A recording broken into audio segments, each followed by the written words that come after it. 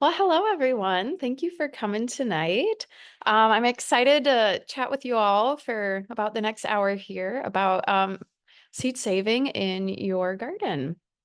Um, so I'm the seed bank manager at Seed Savers Exchange, and we'll talk a little bit tonight about the seed bank and what we're doing in that. Oh, sorry, I gotta move my little Zoom thing around here. There we go. All right. So tonight, just kind of an overview of what we'll be talking about. We're just going to do a bit of an introduction here to Seed Savers Exchange and the work that we do. I just learned before this that we are about 2 hours away from Galena. We're in Decorah, Iowa. And we'll talk about why you might want to save seeds. And then we'll get into what growing for seed is like, when to harvest, processing, storing, and sharing. And all of those parts are hugely variable depending on what type of plant you're growing, and also just on where you're growing it. But we'll go over some general principles that should be helpful. Um, all right, so Seed Savers Exchange. We are a nonprofit, and as I mentioned, we are in Decorah, Iowa. And so our mission statement I have written out here, and it is to steward America's culturally diverse and endangered garden and food crop legacy for present and future generations. We educate and connect people through collecting, regenerating, and sharing open pollinated seeds, plants, and stories. And that is an overview of what we do, which is very, very wide. A lot of people probably know us through our seed catalog, which is one of the ways that we get a diverse, different varieties out to people. And our seed packet sales from the catalog also financially support the heart of what we're doing, which we call our preservation work. And so that centers around the exchange and the seed bank. So the exchange is the Exchange and Seed Savers Exchange, and it's basically a mail order seed swap of gardeners, primarily across the United States, but it can be from anywhere. And this year, we had about 350 gardeners listing seeds that they wanted to share with other gardeners. And there were about 15,000 unique varieties listed in the exchange. So this is the, I guess it's not a commercial catalog, but it's a publication. This is where you can find the most diversity of garden vegetable seeds in the United States is the exchange. And the exchange is supported in part by the Seed Savers Exchange Seed Bank. So in our seed bank, we are preserving about 20,000 varieties of garden vegetables and fruits. And we do this in long-term cold storage, but also by growing these seeds out every year we grow out as many as we can to increase the amount of seeds we have so that we can list that in the exchange and make it available to the public. Because ultimately, that's our goal is to get these seeds into the hands of the public. Because that's where it's most safe is when it's being used and enjoyed by people.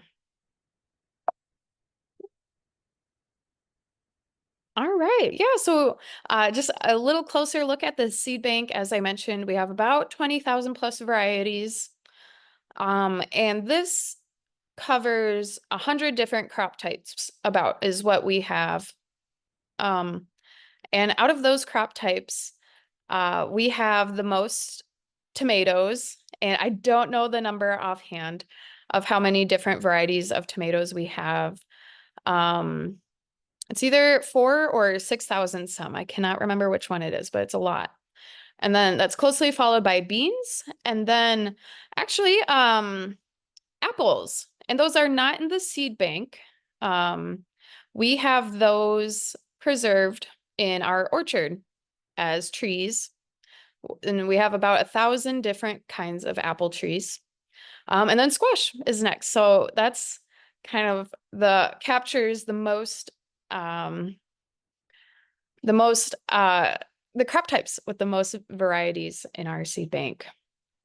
And last year in 2023, we made 2,500 distributions of people requesting seed from the seed bank through the exchange, which is really exactly what we want to be doing to get those seeds preserved for the future, is getting them out to people. So, why is saving seeds so important anyway? Part of it is connection. Part of it is that it's a practical thing to do. And another is biodiversity and selection. So we'll look at each of these. So connection. So seeds are really a point of connection. It connects people through time. It connects people to their food. Seeds come with stories, and it also connects people to the soil. So I have on the side here a picture of one of Seed Savers Exchange's co-founders, Diane Ott Whaley. This is a picture of her grandparents. And then on the right is a picture of Grandpa Ott's morning glories. And this is really the plant that started Seed Savers Exchange. So you can see in the picture of her grandparents that they are looking through, they're surrounded by these morning glory vines. And growing up, Diane would spend time at her grandparents' house, and she just loved these morning glory vines. And her grandfather especially was really just cherished having these morning glory vines, and being able to have them on the porch and just see their beauty every summer. And so one of the things they would do together, just as an annual activity, was collecting seed from the morning glory vines in the fall so that they could plant them the next year and always have these morning glory vines. And so the reason that this is what started Seed Savers Exchange is that when Diane got married to her husband at the time, Kent Whaley, who is the other co-founder of Seed Savers Exchange, her grandparents gave them some of these morning glory vine seeds so that they could grow them at their new house that they were moving into together. And it occurred to Diane that these morning glory vine seeds were seeds that had been passed down through her family before, her ancestors immigrated to the United States from Bavaria, and those morning glory vine seeds came with them. And it occurred to her that her grandpa and now her might be the only people in the whole world growing these seeds. And they were something that was very special to her. They connect her to her grandparents and her family. And so she and Kent started wondering if maybe other people had seeds like this that were passed down through their family that no one else was growing, and that they might want to share with other people, so that if something happened to them or their garden, that these seeds and plants weren't lost forever. And so that's how they started the Seed Savers Exchange. That was their idea, was to connect gardeners who can share seeds with each other. So another reason to save seeds is that it's a practical thing to do. It can save you money on buying seeds, and it just makes you more self-reliant. So this crazy little graphic, I guess, that I have over here, you don't really need to be able to see it because it's too crazy to actually read everything. But as it says at the top, the point of it is that it is a map of basically the seed market. And right now, 4 different companies control more than 60% of the global seed supply. And all 4 of these companies are chemical companies. And so if you're saving your own seed, that's just kind of a practical way to have more agency over what you're growing and what you're eating. And another reason is that biodiversity is an important, uh, very important piece of a healthy food system, whether that's the crops we're farming or even just the crops that are in your backyard garden. And so when you're saving your own seeds, you are able to select which plants you want to save seeds from. So maybe if you have a few tomatoes, you will save seed from the plant that made the tastiest tomatoes. Or maybe you have some beans and most of them has some disease issues, but the plants that didn't, maybe you'll save seeds from that one. And then going forward, you'll have um, seeds that are more resistant to that disease. So it just gives you more connection to and ability to influence how plants perform in your garden. And this picture I have here is of, on the right-hand side, you can see that's a corn cob. You can see the kernels and the corn plant to it, next to it on the right. And then on the left-hand side is the wild relative that a long time ago humans started to domesticate and that eventually turned into corn and called, I'm not sure if I'm saying this right, teosinte or teosint. So you can see how just from humans selecting generation after generation for plants that produce the most kernels, the biggest kernels. Just that alone changed this plant from the spindly little grass head you see there into the corn that we know today. So it's just a really powerful connection between people and plants. And then, of course, in the face of climate change, if you're saving your own seeds, you know that you're going to have plants the next year that are adapted to your climate, the pests and diseases that you experience, and they will have a better chance um, of performing better. Oh, and here's another example of just the human ability to select to change plants through selection. So, and this is something I didn't know until I started working at Seed Savers Exchange, but cabbage, Brussels sprouts, kohlrabi, kale, broccoli, cauliflower, and collards are all the same species of plant, Brassica oleracea. The only difference is that they have been selected for various things. So cabbages came about because people selected this plant for larger leaves that formed a head. Brussels sprouts were formed for the little Brussels sprouts. Kohlrabi was for this plant with a larger root, and so on and so forth. I just think it's incredible that all these different vegetables have come about just from generations of humans selecting for what they most wanted from this plant.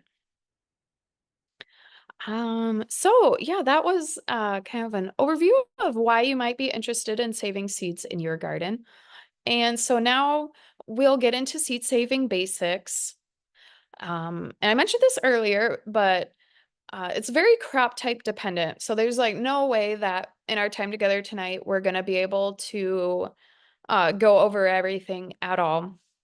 But we will be able to look at some um, kind of basic things that are more applicable across the board, or some things to consider that will kind of help inform decisions that you make for seed saving. All right, and so kind of an essential toolkit to get started with seed saving. It's important to consider what your goals and purpose are when you're seed saving. So if you're seed saving for a seed production company, your goals are going to be a lot different from someone who is just seed saving in their own garden. And even within gardeners, goals and purposes can be very different.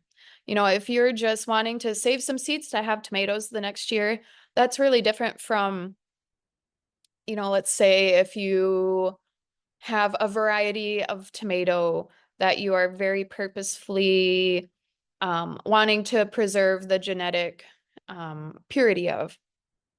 Your steps you take will be a little bit different. Your gut. It's good to trust your gut when you're saving seeds, and creativity really comes into play.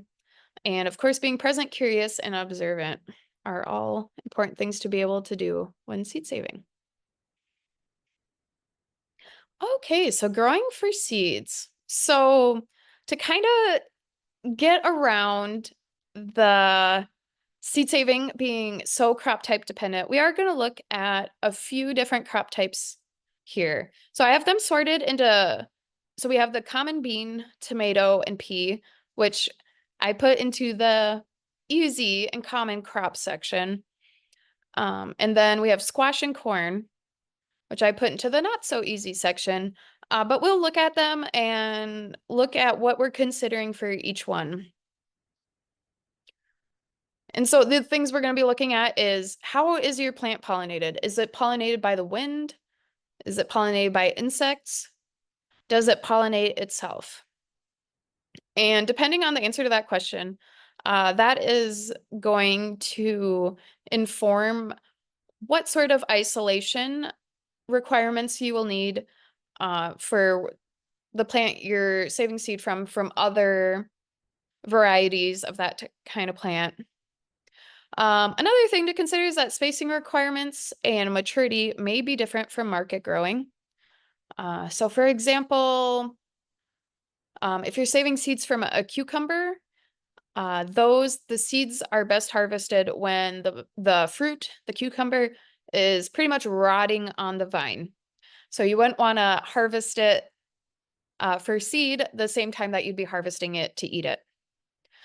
And so another thing is how many plants to grow for your seed saving goal. That is another thing to think about. So let's look at all of these questions for the common bean.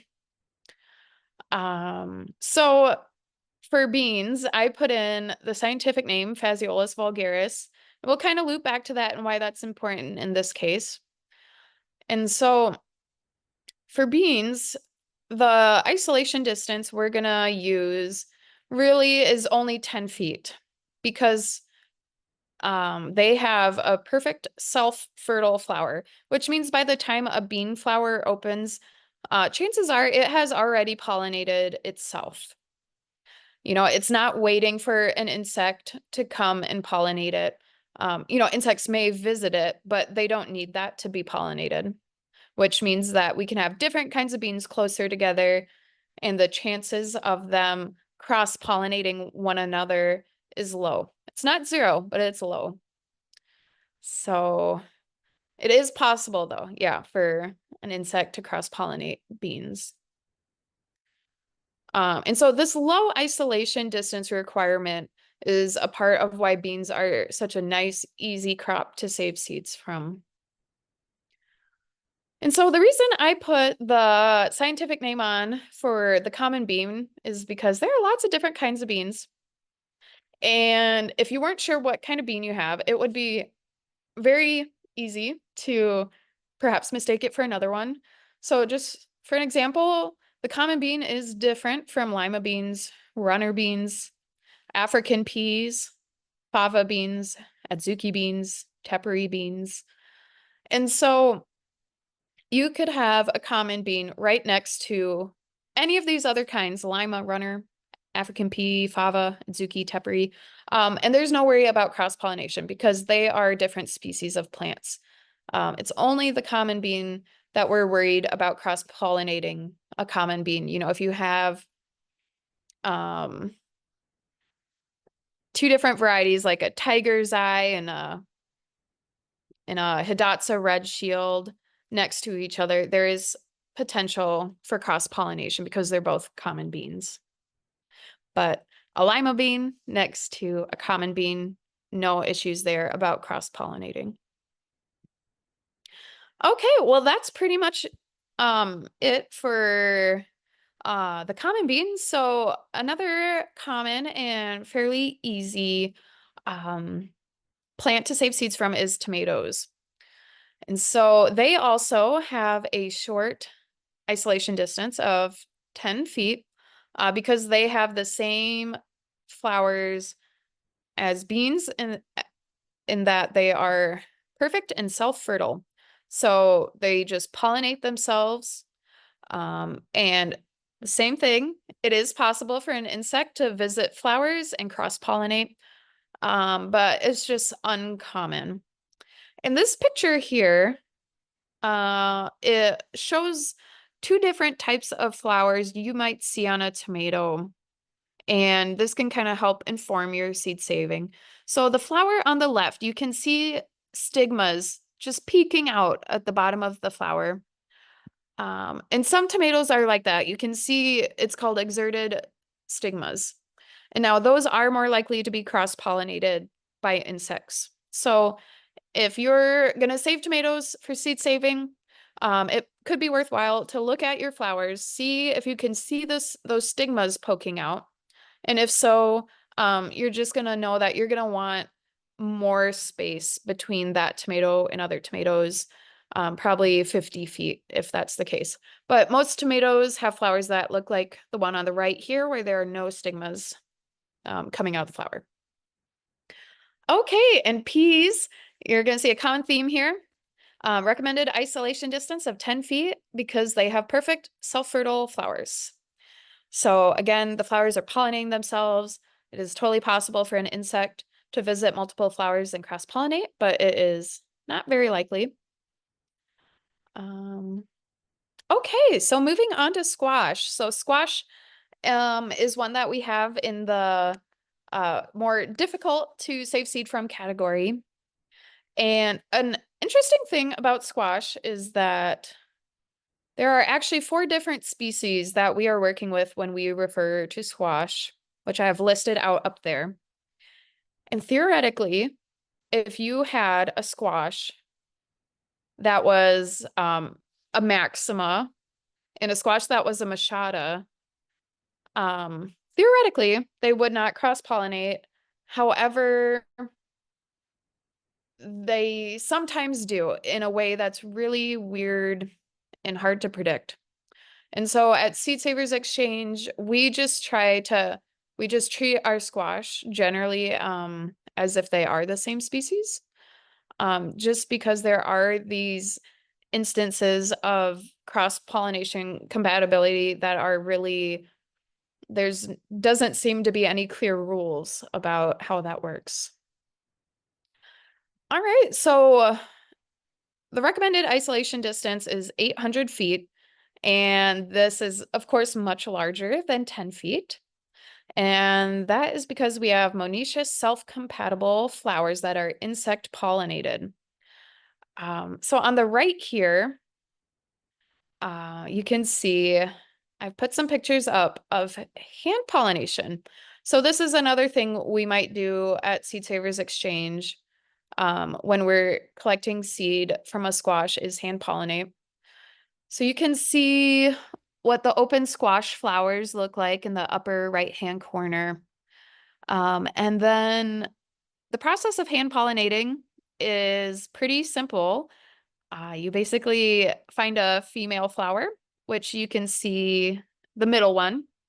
You can see the small fruit at the end of the flower, and that's how you know it's a female. And a male flower. And you take basically rip off the male flower and just rub it on the female flower. And you can see the pollen getting on the female flower. Tape it up so that insects don't come and get other pollen on there. And that's how you hand pollinate squash. Now, for most backyard gardeners, that is probably not something you're going to have to worry about. That is only if you're growing multiple species of squash that you're not wanting to cross up. So if isolation isn't an option, the 800 feet, you can hand pollinate and have different squash right next to each other and still know that you're gonna get true to type seed. Okay, and corn. Now, corn is so difficult to save seed from that it's a really difficult one just for gardeners who are just, maybe saving seeds for yourself. Unless if you have a special connection to a variety of corn, it's probably not um, maybe a more practical choice. In part just because there is so much corn in the Midwest, and corn is pollinated by wind. And so cross-pollination is extremely likely. And we have a recommended isolation distance of 800 feet, but even at 800 feet, that is a bit iffy, and I would be concerned about cross-pollination just because corn is so prevalent in the Midwest. And so at Seed Savers Exchange, we do a hugely labor-intensive process to hand pollinate. We bag the tassels, collect pollen, we bag the shoots and put the pollen on by hand when the silks emerge.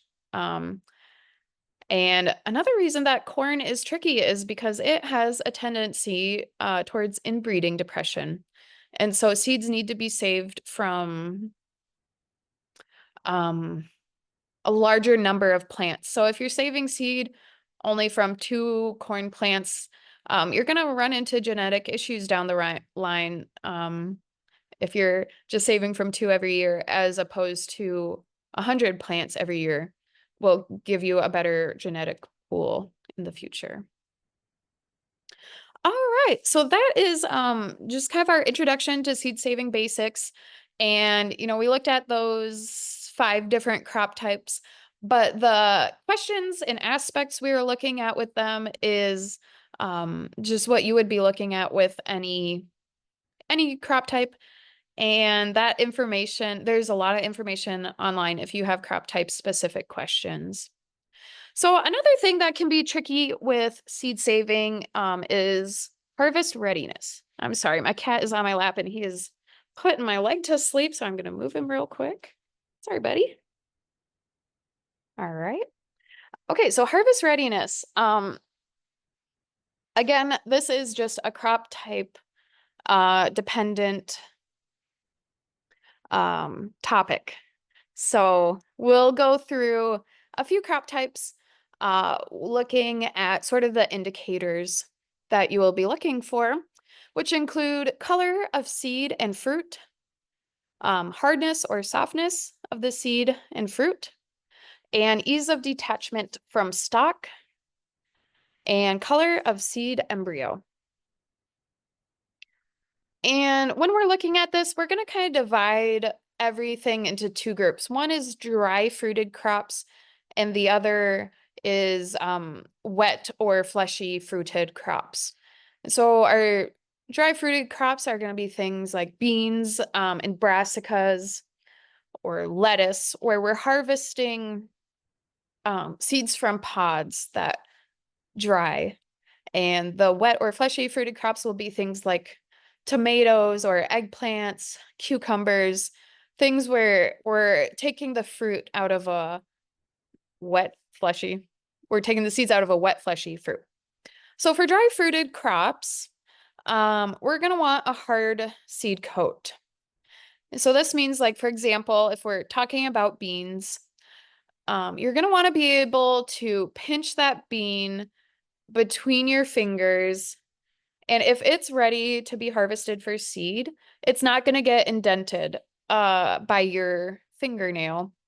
It'll be able to resist that. Or another test is if you take the bean, you can snap it in half, basically. And if it has a tendency towards breaking and shattering, that's what we want, rather than like bending. We don't want bending. That implies too much moisture. So yeah, you want that hard seed coat. And a good way to kind of know if, before you test your seed, if it's dry or not, is the seed pod dry? So you can see this picture on the upper right here of a bean that we took pictures of throughout its dryness. And of course, on the left, it's green. And if it's green, we know it's still full of water. And you can just see as it goes along, the seed pod, as it dries, turns brown. That's a pretty universal thing for dry seed pods is brown or tan colors. Another way to know if the seed are ready is if it has started dispersing. So if you're going in amongst your plants and you see bean pods um, or any of the pods open and seeds on the ground, that means that the plant is um, trying to disperse its seeds because it knows that the seeds are ready for that. And so that's a good sign to you that you can start harvesting the seeds. Of course, that's tricky though, because you don't want to lose your seeds to them being dispersed on the ground by the plant. And so a picture here, that is a collared seed pod, the one on the left bottom with the blue background. And that is kind of showing how those pods do split open when they are dry and ready.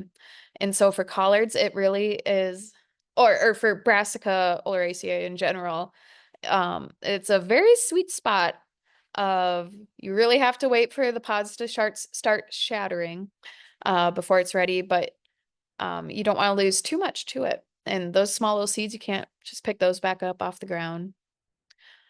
Okay, and the color of the seed is a big indicator of whether it's ready or not. On the right bottom hand side here, I have a picture of a scarlet runner bean. And you can see two bright pink beans in the pod. And those are, they are not ready for seed harvest at all. Those are still tender and growing. And you can see what the bean looks like when it is ready for harvest in the background. It's that black with purple speckles. That one is one with a pretty dramatic change. It's beautiful. And of course, that color change is totally different um, for each bean particularly. Okay, and so for wet or fleshy fruited crops, generally, I mean, you're at least going to want them to be at market maturity. And for some of them, you're going to want them to be past market maturity. As I mentioned earlier, cucumbers are one where you're going to have the best luck with harvesting seeds when the cucumber is almost rotting on the vine. And you can look for color change in the fruit to help guide you on if it's ready or not to be harvested. On the right-hand side picture, there is an eggplant. And you can see the one on the left is a dark purple. And that looks like a really good, like a market maturity eggplant. And the one on the right looks past its prime. It's a lighter purple, it's larger. And that is the one we would want for seed saving in an eggplant, is that one that is past market maturity. And of course, size of fruit, that's another thing to look at. As you can see in that eggplant, the one that is good for seed saving is the larger one. And also softness of fruit. In most cases, for wet or fleshy fruited crops, we're going to want it to be softer. Okay, so going back to dry crops, processing is an important part of seed saving for any crop type. And so for dry crops, basically what you're going to want to think about is air movement. And of course, starting the process by harvesting it dry. So once you have your dry crop seed, you're going to want to have it sit out to continue drying. Basically, either just in a place where it's spread out on a table or a screen. And that can be good enough. But if you want to make extra sure that it's going to dry well enough, you can put a fan on it. And it can be a good idea to stir it a few times. Just that way, different sides of seeds are getting exposed to air and moved around. And this drying part is very important for saving seeds because it will allow the seed to be stored and to stay healthy during storage. All right. And so then some other parts of the dry processing are going to include threshing, screening, and winnowing. So we're just gonna kind of run through these really quick. So for threshing, this is the process where you are separating the seed from the pod it's in or any other plant material that is also there with it. And this is a process where you really can just get creative. Screens are helpful. Whatever size allows your seed to fall through, keep the chaff on top or the plant material on top. I've seen people do things like um, beating plants in a pillowcase, whacking them against something hard to break the plant apart. I've seen people using like a weed whacker in a garbage can full of plant material just to separate that seed from the plant material. But of course, for the scale for most gardeners, just breaking the plant apart by hand and separating the seed from the plant material will be fine. But it is fun to get creative with it. And so of course, yeah, if you're going to use a screen, they are very useful if you have them available to you. Absolutely not necessary though, unless if you're working with really small seed. But yeah, if you are going to use screens, it's important to know what size you're going to need. That's going to totally change by plant, and seed size. Okay, and so winnowing, this is the process of separating the seed from the plant material. And as you can see here, we have a picture of someone pouring plant material and seed in front of a fan into a bucket. And the fan is separating the seeds and the plant material. So if a seed is healthy, it's going to be heavy. And so this fan is blowing the lightweight plant material away while the seeds themselves are heavy enough to just fall down into that bucket. And this is a process that, it can be as simple as just using your breath. And that's actually something we do a lot at work. We'll have like a small bowl with seed in it. And to separate it, we just shake it around and blow on it gently. And the seeds generally stay in while the plant material blows out. But if you have a larger quantity of things, a fan works. People also use the wind. So it's another fun place to get creative, for what works for you. Okay, so wet processing. So wet processing is generally a little more involved, and we're just gonna kind of dip our toes into this. It's definitely something that if you're interested in doing and you've not done it before, I would definitely recommend watching videos. And we have some educational videos about this on our website.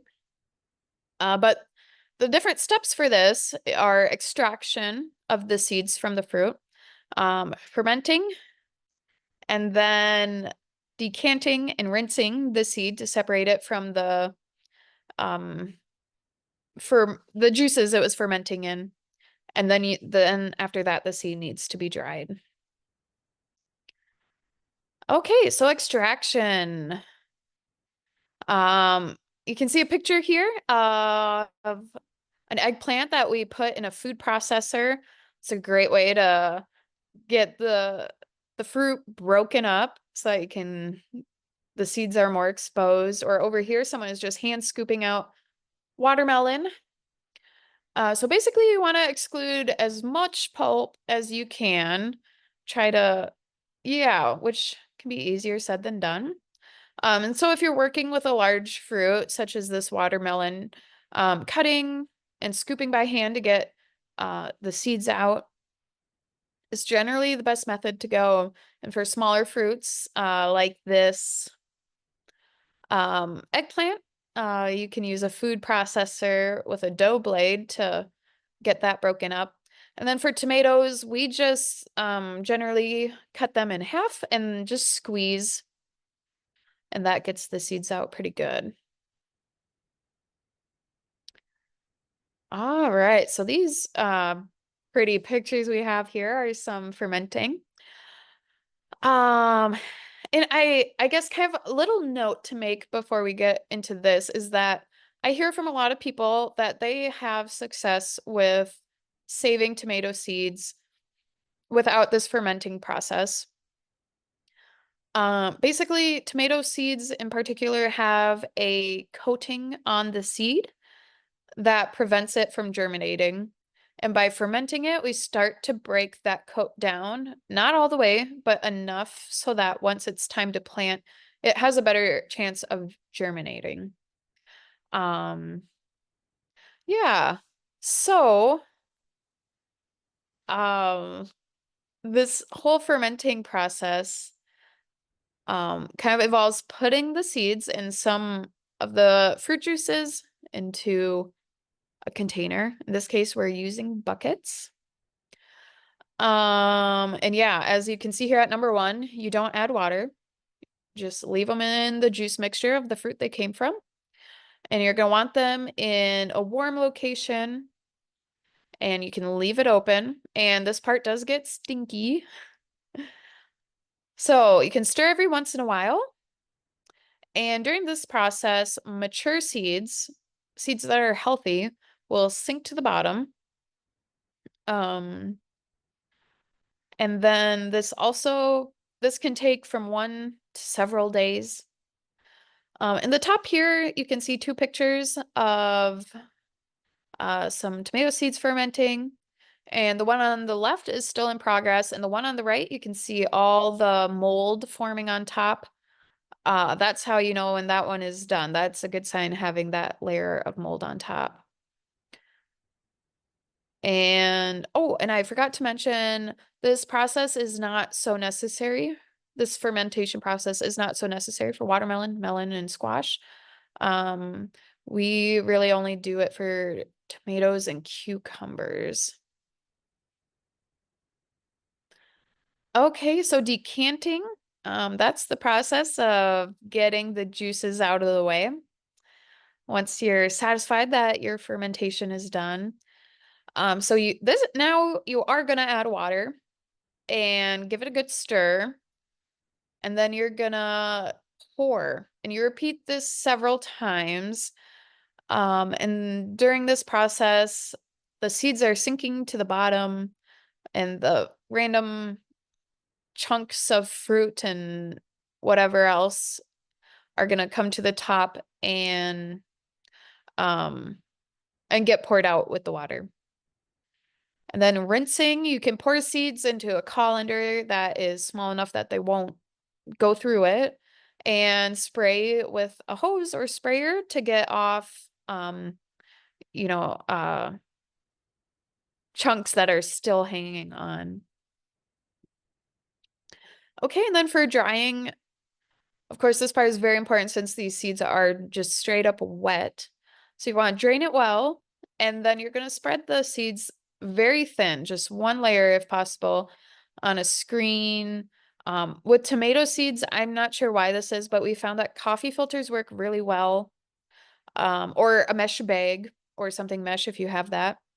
Air movement is very important. We always put fans on seeds that we've processed this way.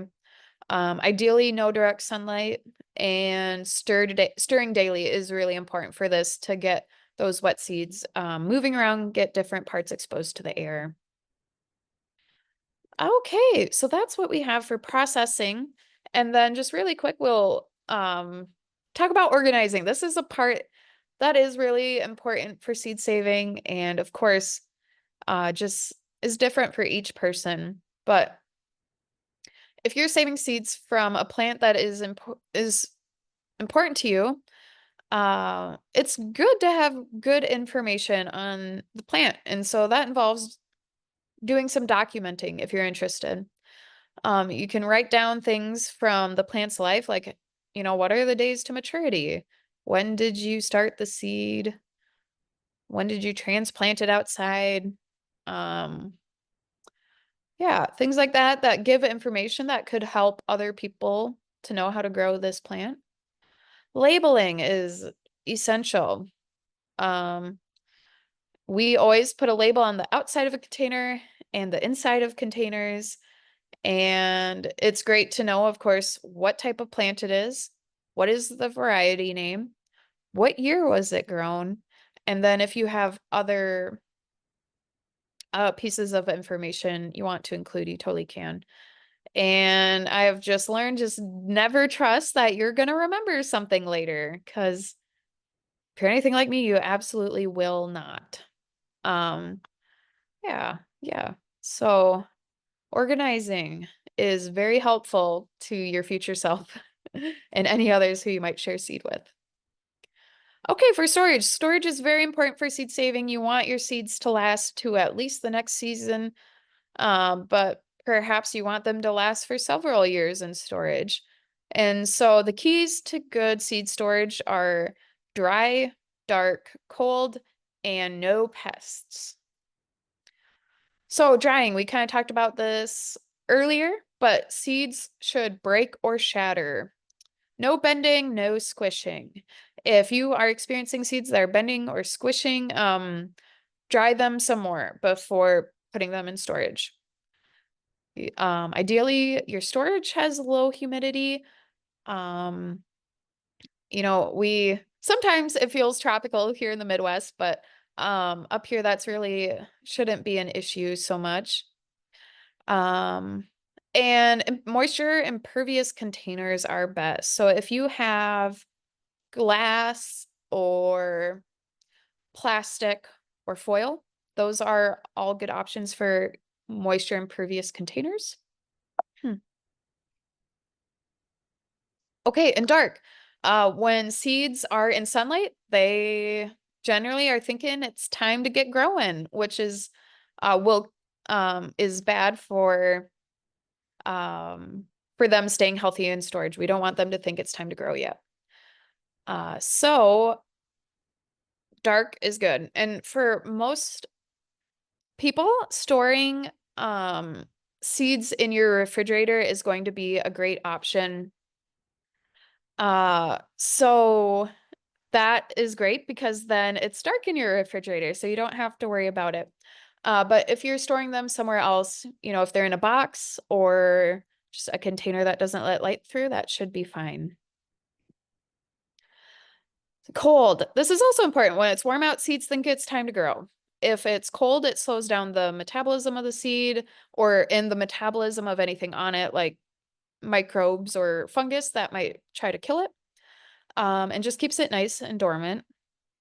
And so if you're just doing short-term seed storage, like a year or maybe a few years, really, again, something that's crop type dependent, your refrigerator is going to do great. If you're wanting longer term storage, like 5+ years, you might want to consider your freezer.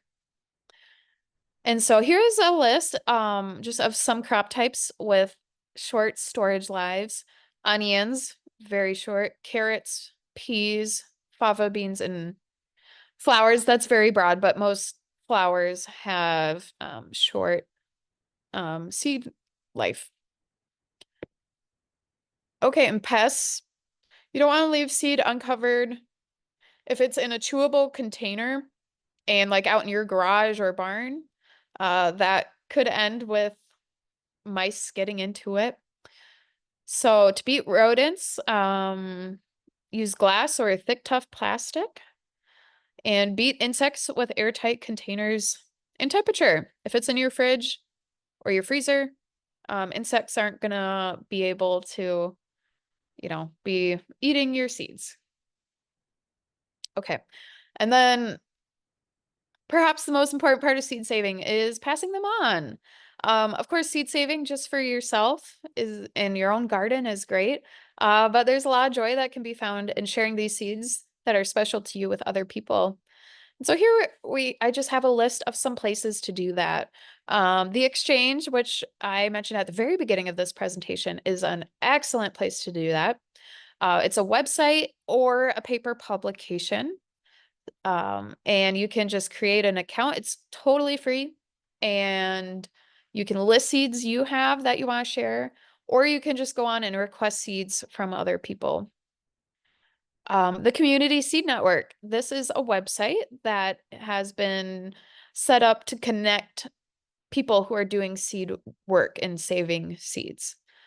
I believe it's kind of under some website construction right now, so it might be a little clunky, but it's a great resource. Attend seed swaps. If you know of a seed swap in your area, that is an awesome place to pass your seeds on and get new ones. National Seed Swap Day is, I believe it's the last Saturday of January. So especially keep an eye out during that time for seed swaps. You can donate to a seed library, which I hear the Galena Library has a seed library.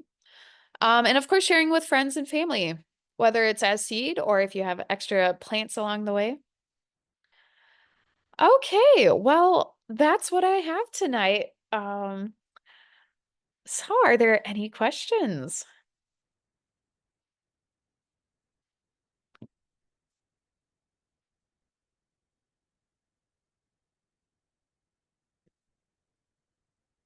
All right, let's see.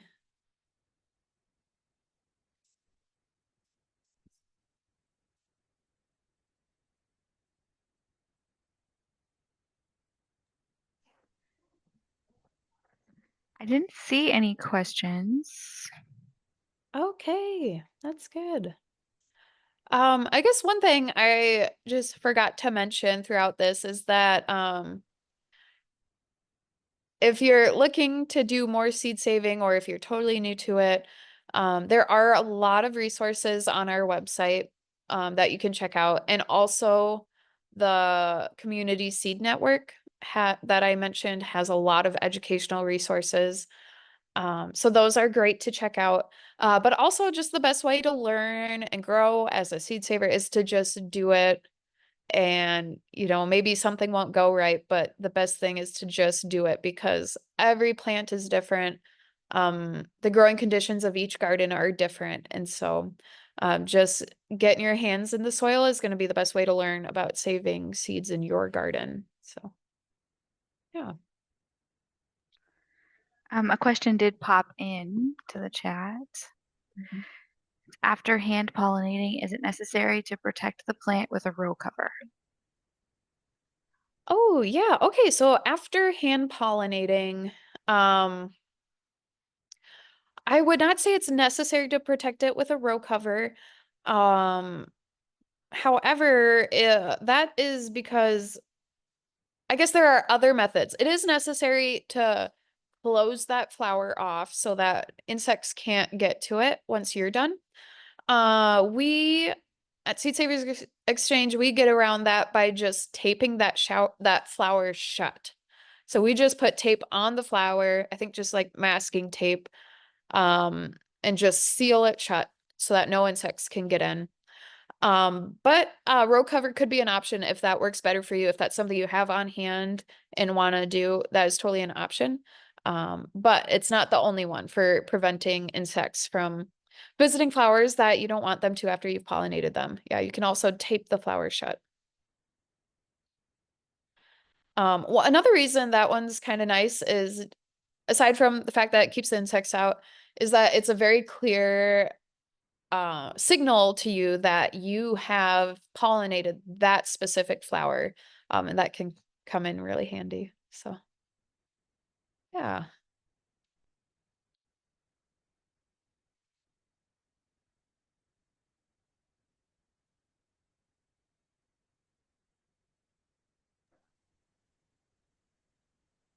Okay, are you seeing them pop in there, or would you like me to read them? Oh, yeah. Do you mind reading them? With my screen sharing, it Absolutely. makes it a little hard to Yep, see. not a problem. Um, Joyce says that she got here a little late, but so she's sorry if you've already answered this question, but are there any books on seed saving that you would recommend? Oh, yes, that is a great question. There are at least two. So the first one, and we use this all the time at work. It's called The Seed Garden, and it really So it is published by Seed Savers Exchange, but I honestly do recommend it as a seed saving resource. It lays things out by crop type. And so, throughout this whole thing, I've been saying like, oh, well, it all depends on the crop type. Well, this book lays it out like that so that it's very easy to see what you need for each type of plant.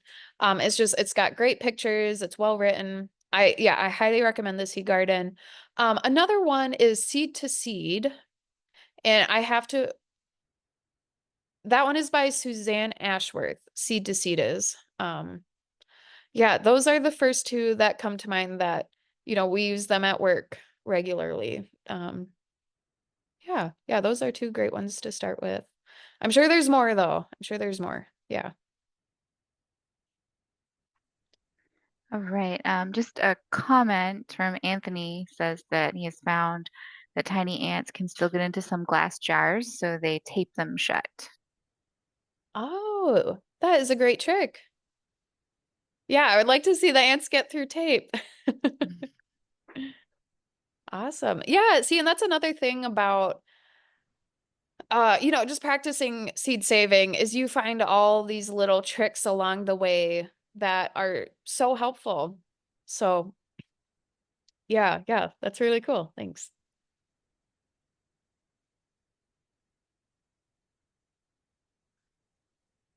Advice on seed tapes? Question mark. Ooh, I am not familiar with seed tape. So, For for planting, he clarified. hmm. Well, I guess I don't have advice on it because I'm still unfamiliar with seed tape. I could Google quick on my phone.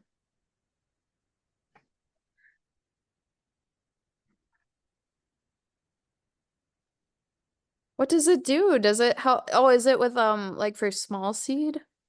It says, so spacing is predetermined. Oh. Um, yeah, this is new to me. I've never used that. So I don't have advice to give. That's something I need to do some more looking into.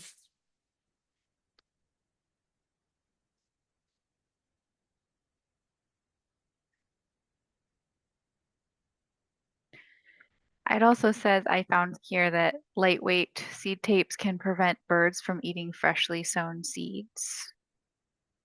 Interesting. So Mhm. multi-purpose, get your spacing and then also keep them safer.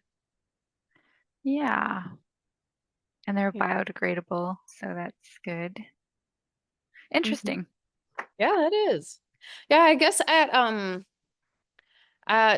Seed Savers Exchange, we no matter what the crop type is, we start everything in the greenhouse and transplant it out in the field. Just because of the type of work we're doing, we don't want to um, lose seeds by direct seeding them and getting them confused with maybe something that pops up from last year. So we transplant everything. So I guess that's why we don't use seed tape. But that sounds like that could be really handy for a gardener. Does Seed Savers sell their fruits and vegetables that they grow as well, or is everything sown for seed saving? Oh, fantastic question. So there are the answer is no, we don't sell any of our fruits or vegetables. Um, and everything is grown for seed saving or for us to like take pictures or to evaluate and gather information on the plants. And so for that does leave us with a lot of excess produce with no place to go. And so to um, give those fruits and vegetables places to go. Um, one of the greatest perks of working there is it becomes available to staff first. And then after that, we try and get as much sent to the food pantry as we can. So, yeah, Yeah, that's it. It either goes to staff or the food pantry. And unfortunately, for some crop types, we need to wait for the fruit to rot on the vine, like cucumbers, and so there's no sending those off. But for what we can, we do. Yeah. And you probably do a lot of composting also. Yes, lots of composting. Oh yeah.